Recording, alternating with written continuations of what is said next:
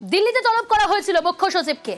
আজ নির্বাচন কমিশনে সেখানে তাকে তলব করা হয়। মুখ্য সচিবের সঙ্গে বৈঠক হয়, প্রায় ৪৫ মিনিট বৈঠক। সেই বৈঠক শেষ হয়ে যায় এবং তারপর অ্যাকশনে অনার কমিশন মুখ্য সচিবকে কড়া বার্তা নির্বাচন কমিশনের। ৪ অফিসারের বিরুদ্ধে অ্যাকশন নিতেই হবে। অ্যাকশনে অনার কমিশন মুখ্য সচিবকে কড়া বার্তা নির্বাচন কমিশনের। আজ ৪৫ মিনিট বৈঠক হয় নির্বাচন কমিশনের সঙ্গে। সেখানে তলব করা হয় মুখ্য সচিবকে। বিকেল ৫টা থেকে সেই বৈঠক শুরু হয়, ৪৫ মিনিট ধরে চলে সেই বৈঠক। আর এই বৈঠকের পরে অ্যাকশনে অনড় নির্বাচন কমিশন।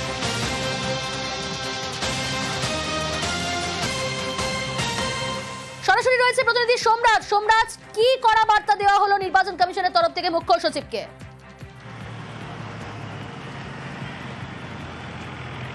দেখো, জাতীয় নির্বাচন কমিশনের তরফে রাজ্যের মুখ্য সচিবকে স্পষ্ট জানিয়ে দেওয়া হয়েছে যে কমপ্লায়েন্স রিপোর্ট পাঠাতেই হবে। অর্থাৎ দুজন ইআরও এবং দুজন এইআরও যাদের বিরুদ্ধে জাতীয় নির্বাচন কমিশন রাজ্যের মুখ্য সচিবকে চিঠি দিয়ে জানিয়ে দিয়েছিল যে সাসপেন্ড করতে হবে ও এফআইআর করতে হবে ভোটার লিস্টে বা ভোটার তালিকায় ভুয়ো ভোটার থাকার কারণে, সেই জায়গাতেই অনড় থাকলো জাতীয় নির্বাচন কমিশন।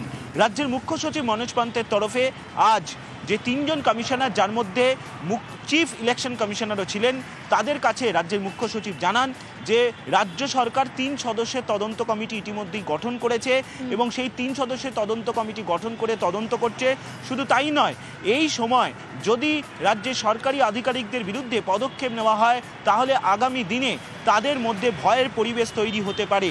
যদিও জাতীয় নির্বাচন কমিশনের তরফে জানানো হয় রাজ্যের মুখ্য সচিবকে যে রাজ্য সরকার যে তদন্ত কমিটি গঠন করছে সেই তদন্ত কমিটি গঠন করে তারা তাদের মতো তদন্ত চালিয়ে যাক, কিন্তু জাতীয় নির্বাচন কমিশন যে শাস্তি নেওয়ার কথা বলছে সেই কমপ্লায়েন্স রাজ্যকে করতেই হবে এবং তা দ্রুত করতে হবে। যেটা জাতীয় নির্বাচন কমিশন সূত্রে জানা যাচ্ছে, সর্বোচ্চ সময়সীমা ২১শে আগস্ট পর্যন্ত দেওয়া হচ্ছে, অন্তত তেমনটাই সূত্র মারফত জানা যাচ্ছে। এবং কমপ্লায়েন্স রিপোর্ট যে রাজ্যকে ফের পাঠাতে হবে তা নিয়ে জাতীয় নির্বাচন কমিশনের তরফে রাজ্যের মুখ্য সচিবকে ফের চিঠি পাঠানো হচ্ছে বলেই সূত্র মারফত জানা যাচ্ছে। আজকে যে প্রায় ৪৫ মিনিট বৈঠক হয় সেখানে রাজ্যের তরফে আইনি কী এখতিয়ার রয়েছে সেই প্রসঙ্গও তুলে ধরেন রাজ্যের মুখ্য সচিব মনোজ পান্ত। রাজ্যের যে বক্তব্যগুলি ছিল তা জাতীয় নির্বাচন কমিশনের ৩ সদস্য অর্থাৎ ৩ জন কমিশনার তারা শোনেন এবং তারা বলেন যে রাজ্যের এখতিয়ার সম্পর্কে তারা জানেন। শুধু তাই নয়, জাতীয় নির্বাচন কমিশন যে নির্দেশ দিচ্ছে সেই নির্দেশ যদি কোনো রাজ্য কার্যকর না করে তাহলে আগামী দিনে অন্যান্য রাজ্যের কাছেও তা দৃষ্টান্ত হতে পারে। তাই জাতীয় নির্বাচন কমিশনের যে নির্দেশ সেই নির্দেশকে কমপ্লায়েন্স রাজ্যকে করতেই হবে, এই বার্তা রাজ্যের মুখ্য সচিবকে দেওয়া হয়েছে বলেই সূত্র মারফত জানা যায়। বেশ সোমরাজ। বাংলার হলে আরো বাংলা সিনেমা, হলে বাংলা সিনেমা স্ক্রিন টাইম বাড়িয়ে দেওয়া হলো। প্রাইম টাইমেও বাংলা সিনেমা বাধ্যতামূলক। বৈঠক ছিল, সেই বৈঠকে কি সিদ্ধান্ত উঠে এলো, কি সিদ্ধান্ত নেওয়া হলো, কারণ আপনারা জানেন প্রযোজক পরিচালক ডিস্ট্রিবিউটরদের মধ্যে বৈঠক হয়। আমার সঙ্গে সরাসরি রয়েছে মানস। মানস, বৈঠকে কি সিদ্ধান্ত নেওয়া হলো?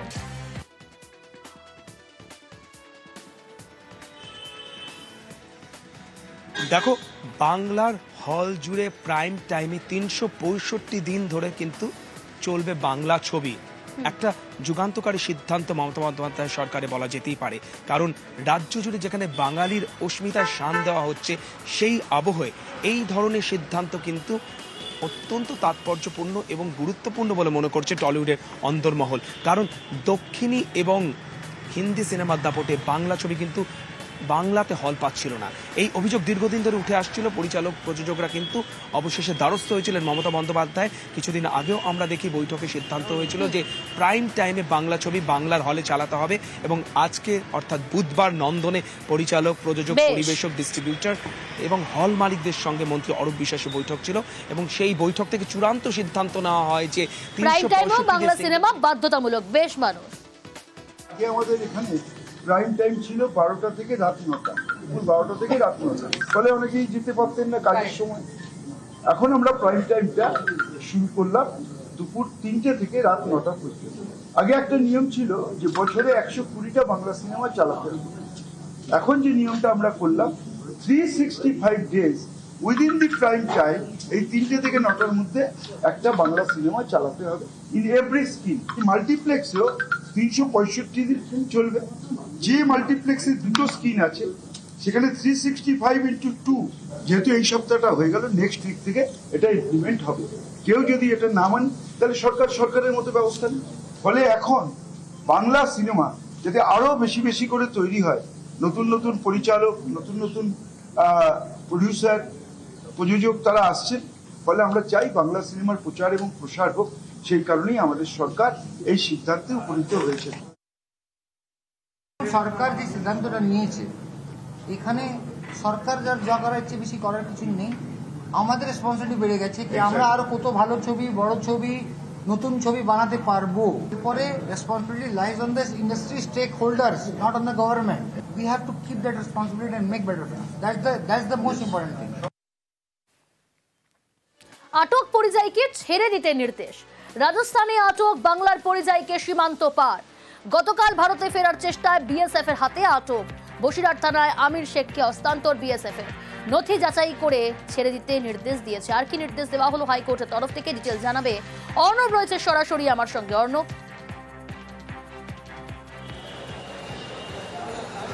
দেখো, মালদহ কালিয়াচকের এই বাসিন্দা, যিনি সেখানকার স্থায়ী বাসিন্দা, তিনি বেশ কিছুদিন আগে রাজস্থানে পরিযায়ী শ্রমিকের কাজ করতে যান এবং সেখানেই তাকে বাংলাদেশি সন্দেহে তাকে পুলিশ আটক করে বলে পরিবারের অভিযোগ। এবং প্রায় 1.5 থেকে 2 মাস পুলিশ তাদের আটক করে রাখে এবং তারপর তাদেরকে ডিপোর্ট করা হয়, অর্থাৎ বাংলাদেশে স্থানান্তরিত করা হয়। সেই ঘটনায় পরিবার কলকাতা হাইকোর্টে হিভিয়াস কর্পাসে মামলা করে বিচারপতি তপব্রত চক্রবর্তী ডিভিশন বেঞ্চে। এবং সেক্ষেত্রে এই পরিবার তাদের সদস্যকে যাতে ফিরে পেতে চায়, এই মামলাতে আজকে কেন্দ্রের তরফে deputy solicitor general Rajdeep Majumdar জানান যে 12ই আগস্ট বাংলাদেশ থেকে ভারতে ঢোকার সময় কোনো রকম নথি না থাকার কারণে তাকে বিএসএফ আটক করে এবং স্থানীয় বসিরহাট থানা পুলিশের হাতে তাকে তুলে দেওয়া হয়েছে। এই ঘটনায় বিচারপতি তপব্রত চক্রবর্তী এবং ঋতব্রত কুমার মিত্রের ডিভিশন বেঞ্চ জানিয়েছে যে এই মানুষ যার আধার বা আইডেন্টি প্রুফ রয়েছে তার কাছে ছিল না, তাই এটা যদি সত্যি হয় তাহলে এক্ষেত্রে যদি নির্দিষ্টভাবে বিএসএফের অভিযোগের ভিত্তিতে কোনো এফআইআর হয়ে থাকে তাহলে আদালতের এক্ষেত্রে তাকে জামিন দেওয়ার বা তাকে মুক্ত করার কোনো ক্ষমতা নেই। এই সময় মালদাহ পুলিশের যে রিপোর্ট ছিল এই ব্যক্তি সম্পর্কে, সেখানে বলা হয় যে রাজস্থানে সে কাজে গেছিল এবং সেখানে পুলিশ তার কাছ থেকে বিভিন্ন ডকুমেন্ট কেড়ে নেওয়ার কারণে তার কাছে এই মুহূর্তে নথি নেই। এরপরই অবিলম্বে তাকে মুক্ত করার নির্দেশ জারি করে কলকাতা হাইকোর্ট ডিভিশন বেঞ্চ এবং সম্ভব হলে আজকেই পরিবারের লোকজনের কাছে নথি যাবতীয় চেয়ে আজকে তাকে মুক্ত করার নির্দেশ এবং 20 তারিখ বিএসএফ এর এই মর্মে অবস্থান জানতে চেয়েছে কলকাতা হাইকোর্ট। মুর্শিদাবাদের দিকে নজর রাখা যাক। ভুয়ো এসসি সার্টিফিকেট, আর সেই সার্টিফিকেটেই বাতিল হয়ে গেল রেজিস্ট্রেশন বাতিল জুনিয়র ডাক্তারের। কিন্তু এই ভুয়ো এসসি সার্টিফিকেট কোথা থেকে পেলো, কিভাবে বানালো, ওই পড়ুয়া আরো ডিটেল জানাবে প্রণব রয়েছে সরাসরি আমার সঙ্গে। প্রণব,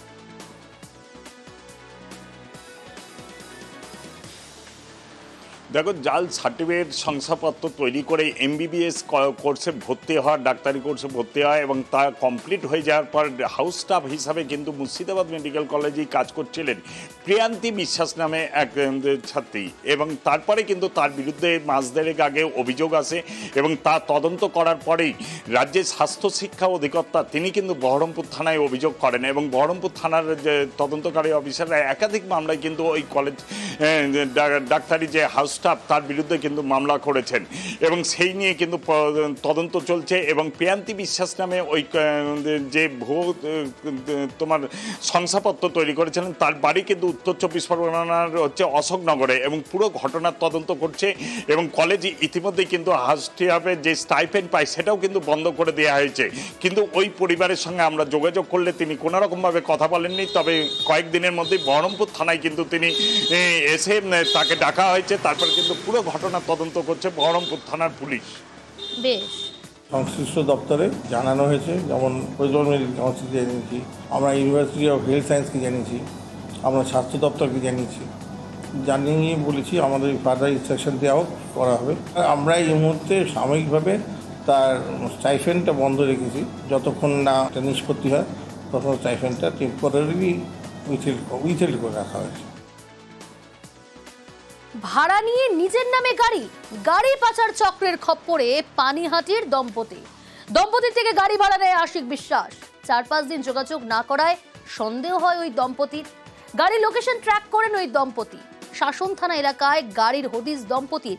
কিন্তু এই চক্র কতটা সক্রিয়, আর কারা কারা যুক্ত, কতদিন ধরে চালাচ্ছে এই চক্র, ডিটেল জানাবে সুবীর, রয়েছে আমার সঙ্গে। সুবীর,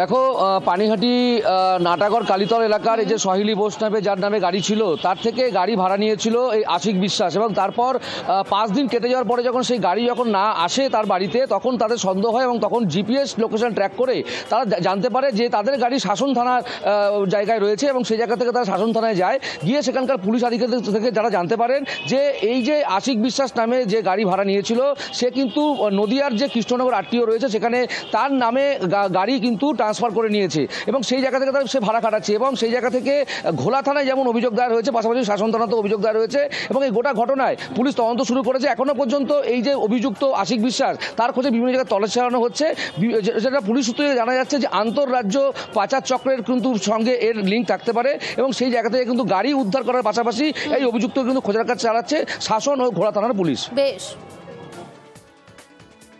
তো আমরা ওনাকে 17 জুলাই গাড়িটা দিই। গাড়িটা দেওয়ার পরে 27 জুলাই ওনার গাড়িটা রিটার্ন করা হতো। এবার যখন আমরা চাই গাড়িটা, সে আরও কয়েকটা দিন সময় চায়, কিন্তু আমাদের ডাউট হয়, আমরা জিপিএস ট্র্যাক করে দেখি গাড়িটা কলকাতার কোথাও আশেপাশে রয়েছে।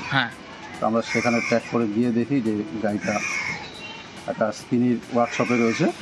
স্কিনির ওয়ার্কশপে পরে আমরা জানতে পারি যে গাড়িটা ওখানে ওরা বিক্রি করে দিয়েছে। স্কুলে তালা ঝোলানোকে কেন্দ্র করে একেবারে ধুমধুমার পরিস্থিতি তৈরি হলো কোথায়? জলপাইগুড়িতে। অভিভাবকদের মধ্যে হাতাহাতি, উত্তপ্ত বালাপাড়া তিস্তাচর প্রাথমিক বিদ্যালয়। শান্তনু রয়েছে সরাসরি আমার সঙ্গে। শান্তনু, কি কারণে স্কুলে তালা ঝোলানো হলো, কারা তালা ঝোলানো, কেন এরকম ধুমধুমার পরিস্থিতি তৈরি হলো স্কুলে? দেখো, স্কুলের কিন্তু পরিকাঠামো নিয়ে কোনো প্রশ্ন নেই, কিন্তু প্রশ্ন হচ্ছে স্কুলের চারপাশের পরিবেশ নিয়ে, যেখানে বর্ষায় জল দাঁড়িয়ে যায় এবং হাঁটু জল ভেঙেই কিন্তু ছাত্রছাত্রীদের স্কুলে যাতায়াত করতে হয়। এই নিয়ে দীর্ঘদিন ধরে অভিভাবকরা অভিযোগ জানিয়ে আসছিলেন স্কুল কর্তৃপক্ষের কাছে, প্রশাসনকেও জানাচ্ছিলেন তারা, কিন্তু তাতেও কোনো কাজ না হয় আজ কার্যত একেবারেই স্কুলের দরজায় অভিভাবকরা তালা ঝুলিয়ে দেন, এবং সেই তালা ঝোলানোকে কেন্দ্র করে আবার দুই পক্ষের অভিভাবকদের মধ্যে রীতিমতন হাতাহাতি মারামারি তৈরি হয়ে যায়। এক পক্ষের অভিভাবকরা বলতে থাকেন যে তারা প্রতিবাদ করেই তালা ঝুলিয়েছেন, আরেক পক্ষের বক্তব্য প্রতিবাদ অন্যরকম হওয়া যেত। তারা বলছেন যে যাতে স্কুল খোলা রেখে প্রতিবাদ করা যেতে পারতো, এমনটা নিয়ে কিন্তু দুই পক্ষের মধ্যে মারামারি, একেবারে রীতিমতন সংঘর্ষের একটা পরিস্থিতি তৈরি হয়। পুলিশকে হস্তক্ষেপ করতে হয়, প্রশাসনের আধিকারিকদের ছুটে আসতে হয়, কারণ অপ্রত্যাশিত একটা ঘটনা যেখানে অভিভাবকরা নিজেরাই মারামারি করছেন, যে ঘটনা রীতিমতন প্রশাসনিক মহলেও শোরগোল পড়ে যায়, পুলিশকে ছুটে এসে পরিস্থিতি সামাল দিতে হয়। এই অবস্থায় দাঁড়িয়েও কিন্তু শেষমেশ প্রশাসন হস্তক্ষেপ করে এবং প্রশাসন আশ্বাস দেয় স্কুলে যে জায়গায় জল জমে রয়েছে সেই এলাকাটি নিচু রয়েছে, যে রাস্তার দাবি উঠেছে সেই রাস্তার দাবিও পূরণ করা হবে। অর্থাৎ সেই আশ্বাস পাওয়ার পর কিন্তু পরিস্থিতি অনেকটাই স্বাভাবিক হয় এবং পুলিশের উপস্থিতিতে কিন্তু পরিস্থিতি শান্ত হয়, এবং ভবিষ্যতে যাতে এমন ঘটনা না ঘটে তার জন্যও কিন্তু স্কুল কর্তৃপক্ষ অভিভাবকদের সাথে দীর্ঘক্ষণ আলোচনা করেন। কারণ এই ধরনের ঘটনা এর আগে আমাদের একটা আন্দোলন হয়েছিল, সেখানে আমাদের কথা দিয়েছিল 3 দিনের মধ্যে এরা কোনো ব্যবস্থা নেবে। 7 দিন হয়ে গেল, কোনো ব্যবস্থা নেয়নি। তো আমরা চাচ্ছি এখানে ভিডিও আসুক, প্রধান আসুক, আমাদেরকে একটা লিখিত দিক যে আমরা যত তাড়াতাড়ি সম্ভব 1 দিন 2 দিনের মধ্যে যেন এই রাস্তাটা তৈরি হয় আর এই জলটা সরানোর জন্য কোনো ব্যবস্থা করা হয়। আগামী দিন আমরা ন্যাশনাল হাইওয়ে আটক করবো যদি কোনো ব্যবস্থা না নেয়। বেলুড়ে গুলি করে কুপিয়ে খুন, আর সেই খুনের ঘটনায় সাজা ঘোষণা করলো আদালত। বেলুড়ে গুলি করে কুপিয়ে খুনের সাজা ঘোষণা আদালতের। সন্তু রয়েছে আমার সঙ্গে। সন্তু, কি সাজা শোনানো হলো আসামিকে আজ? দেখো, বেলুড়ের 2014 সালের 31শে ডিসেম্বর একটি মিষ্টির দোকান থেকে অজয় সাউ নামে এক ব্যক্তিকে বের করে তাকে প্রথমে গুলি করা হয়, মৃত্যু নিশ্চিত করার পথে করার জন্য তাকে কোপানো হয়। এই খুনের মামলায় কিন্তু আজ হাওড়া জেলা আদালত 3 জনকে কিন্তু যাবজ্জীবন কারাদণ্ডের নির্দেশ দিল। যেটা সরকারি আইনজীবী যেটা জানাচ্ছেন যে 17 জন সাক্ষী গ্রহণের পর কিন্তু 302 ধারায় খুন এবং অস্ত্র আইনে 2527 নম্বর ধারায় কিন্তু তাদেরকে অভিযোগ প্রমাণ হওয়ার ফলেই কিন্তু আজ হাওড়া জেলা আদালতের পক্ষ থেকে কিন্তু এই 3 জন আসামিকে কিন্তু যাবজ্জীবন কারাদণ্ডের নির্দেশ দিয়েছেন। বেশ। অজয় সাউ বলে এক ভদ্রলোক মিষ্টি কিনতে যায়, তখন 3 জন আসামি সেখানে আসে অস্ত্রশস্ত্র নিয়ে, এবং অজয় সাউকে পূর্ব আক্রোশবশত গুলি করে এবং একের পর এক ছুরি দিয়ে আঘাত করে ওই ঘটনাস্থলে হত্যা করে। হাওড়া আদালতে এই বিচার প্রক্রিয়া শুরু হওয়ার পর 17 জন সাক্ষীর সাক্ষ্য শুনে আদালত এই 3 জন আসামিকে যাবজ্জীবন কারাদণ্ডের আদেশ দেন। গত 5 জুলাই নরেন্দ্রপুরে খুন হন সুদীপ নাড়ু। এলাকা দখল নিয়ে সংঘর্ষ আর তার জেরেই খুনের অভিযোগ। ইতিমধ্যে এই ঘটনায় 7 জনকে গ্রেফতার করেছে পুলিশ। তবে এই খুনে ব্যবহৃত আগ্নেয়াস্ত্র উদ্ধার করা হয়েছে। কোথা থেকে উদ্ধার করা হলো আরো ডিটেল জানাবে অর্পণ রয়েছে সরাসরি আমার সঙ্গে। অর্পণ,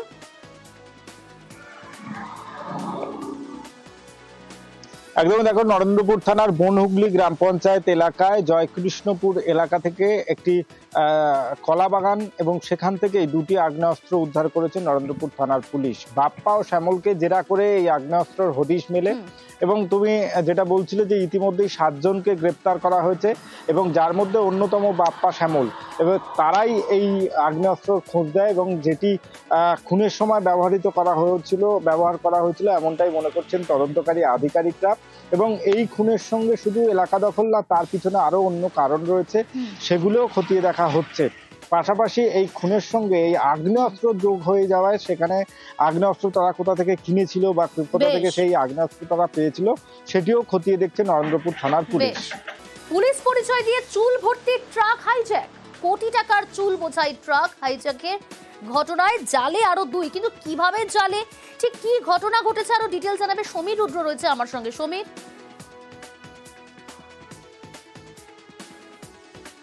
দেখো প্রিয়ঙ্কা, গত শনিবার রাতে হাওড়া থেকে একটি চুল বোঝাই মিনি ট্রাক মুর্শিদাবাদের দিকে রওনা দেয় এবং যখন এই ট্রাকটি ধুবুলিয়া থানা এলাকায় এসে পৌঁছয় তখন কয়েকজন পুলিশ পরিচয় দিয়ে ট্রাকটিকে হাইজ্যাক করে এবং নাকাশিপাড়া ভোলাডাঙ্গা এলাকায় ট্রাকটিকে নিয়ে যাওয়ার পর সেখান থেকে 5 বস্তা চুল একটি ইঞ্জিন ভ্যানে করে অন্য জায়গায় নিয়ে যাওয়া হয় এবং এরপরেই কিন্তু ট্রাকটিকে পুনরায় ধুবুলিয়া থানার কোনো এক জায়গায় লুকিয়ে রাখা হয় এবং পরবর্তীকালে নাকাশিপাড়া থানায় অভিযোগ দায়ের করা হয়। সেই অভিযোগের দায়েরের ভিত্তিতে রবিবারই তদন্ত শুরু করে নাকাশিপাড়া থানার পুলিশ এবং রবিবার রাতে ধুবুলিয়া থানার এক সিভিক ভলেন্টিয়ার সহ আরও 2 জনকে পুলিশ গ্রেপ্তার করে এবং এর পাশাপাশি তাদেরকে জিজ্ঞাসাবাদ করে আরও 2 জনকে মুর্শিদাবাদের বেলডাঙ্গা থেকে গ্রেপ্তার করা হয়। এই 5 জনকে জিজ্ঞাসাবাদ করে জানা যায় যে এই ট্রাকটিকে ধুবুলিয়ার পরিত্যক্ত টিবি হসপিটালের জঙ্গলে লুকানো রয়েছে এবং সেখানেই অভিযান চালিয়ে এই চুল বোঝাই ট্রাকটি উদ্ধার করা হয় এবং এর পাশাপাশি ধুবুলিয়া এলাকার এক ইঞ্জিন ভ্যান চালকের বাড়ি থেকে 5 বস্তা চুল উদ্ধার হয়। ফলে এই যে ঘটনা, প্রায় 1 কোটি টাকার চুল বোঝাই ট্রাক ছিনতাই করা হয়েছিল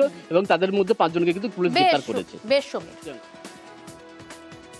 খবরের জেরে ভাঙলো বেআইনি নির্মাণ। জগৎবল্লভপুরে নয়াঞ্জলি বিজুয়ে দোকান। নিউজ 18 বাংলা নিকাশের সমস্যার খবর। গতকাল খবর দেখাই আমরা, তারপরে তৎপর হয় প্রশাসন। স্থানীয় বাসিন্দারা কতটা খুশি, কি বলছেন তারা? সন্তু রয়েছে আমার সঙ্গে। সন্তু, নিউজ 18 বাংলা খবর দেখানোর পর তৎপর হয় প্রশাসন, স্থানীয় বাসিন্দারা কতটা খুশি? একদম গতকালই কিন্তু নিউজ 18 বাংলায় দেখানো হয় যে জগৎবল্লভপুরের মাঝু এলাকায় কিন্তু নয়নজলি ভরাট করে অবৈধভাবে দোকানঘর নির্মাণ হচ্ছে। তার ফলে কিন্তু যেমন মাঠে কৃষি জমি ক্ষতি হচ্ছে, তেমন কিন্তু আশপাশে এলাকাতেও জল জমছে। এই খবর দেখানোর পরেই কিন্তু তৎপর হয় প্রশাসন। আজ কিন্তু সকালেই গ্রাম পঞ্চায়েত তরফ থেকে কিন্তু প্রধান ও উপপ্রধানের নেতৃত্বে কিন্তু সেখানে গিয়ে যে অবৈধ নির্মাণ, সেই নির্মাণ কিন্তু ভাঙার কাজ শুরু করেছে প্রশাসন।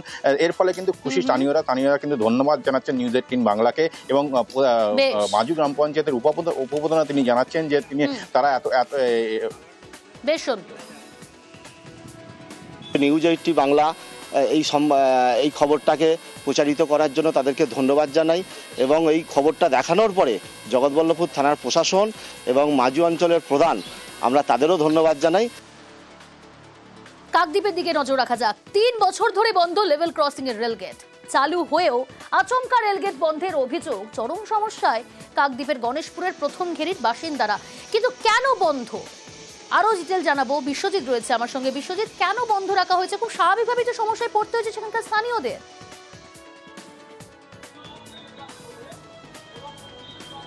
হ্যাঁ দেখো, কেন বন্ধ,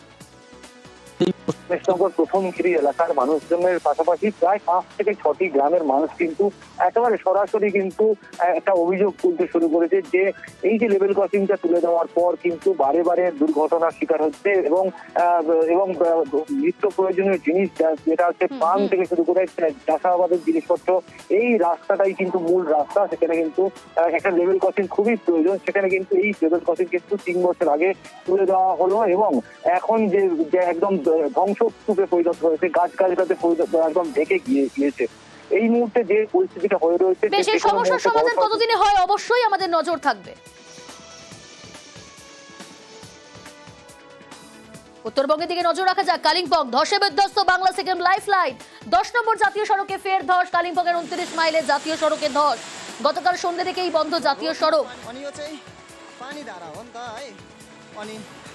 ভয়াবহ তিস্তা। কালিম্পং দার্জিলিং রুটে বন্ধ যান চলাচল। তিস্তা বাজার পেশক রোডে জল। পার্থপ্রতিম রয়েছে আমার সঙ্গে। কি পরিস্থিতি পার্থপ্রতিম? দেখো, অবিরাম বৃষ্টি চলছে নর্থ সিকিম জুড়ে, আর তার জন্য কিন্তু আবারও ফুলে ফেঁপে উঠেছে তিস্তার ভয়াবহ রূপ। এবং তিস্তার জল উপচে পড়েছে দার্জিলিং এবং কালিম্পংয়ের সংযোগকারী পেশক তিস্তা বাজার রোডে। জল থই থই তিস্তা বাজারের রাস্তা, এবং তৎক্ষণাৎ কিন্তু মাইকিং করে কালিম্পং জেলা পুলিশ তারা কিন্তু গাড়ি চলাচল বন্ধ করে দিয়েছে। অর্থাৎ একই তো 10 নম্বর জাতীয় সড়ক ধসে বিপর্যস্ত। ঘুরপথে যে রাস্তা দিয়ে শিলিগুড়ির সঙ্গে যোগাযোগ ছিল কালিম্পং এবং সিকিমের, সেই সংযোগকারী পেশক রোড অর্থাৎ তিস্তা বাজার পেশক রোড তাও কিন্তু বন্ধ হয়ে গেল, এবং পরিস্থিতি কিন্তু ভয়াবহ রূপ নিচ্ছে। এবং আগামী 24 ঘন্টা আরও ভারী থেকে অতি ভারী বৃষ্টির সতর্কতা রয়েছে একদিকে নর্থ সিকিমে, অন্যদিকে আমাদের পাহাড়ি এলাকাতেও। স্বাভাবিকভাবেই যাতে তিস্তা পাড়ের বাসিন্দারা নিরাপদ জায়গায় সরে যায়, সেই তারই কিন্তু ম্যাকিং ইতিমধ্যেই শুরু করেছে কালিম্পং জেলা পুলিশ। এবং পরিস্থিতি सूचना सूचना सूचना डिस्टर्ब के पतारा हजाराला यो सूचित गर्न चाहन्छु कि